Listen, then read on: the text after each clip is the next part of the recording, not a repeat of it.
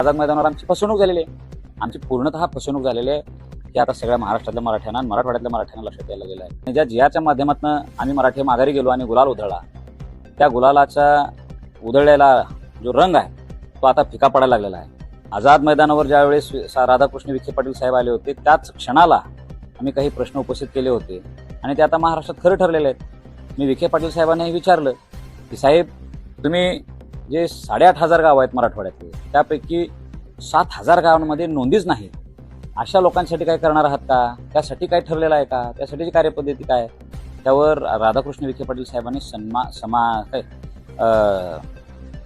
समाधानकारक उत्तर दिलेलं नाही. त्यांच्याकडे आज ते उत्तर नाही, ते काळाच्या ओघात पुढं त्यांनी ठेवलेलं आहे.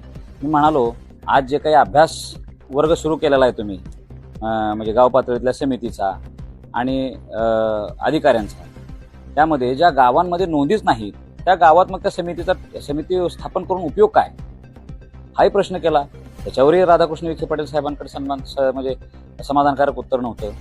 तिसरी गोष्ट, जर एखादा माणूस गावामध्ये असेल, कुणबी, त्याच्याकडे नोंद असेल आणि तो मानव दिनांकाच्या आधीचा म्हणजे 1967 पूर्वी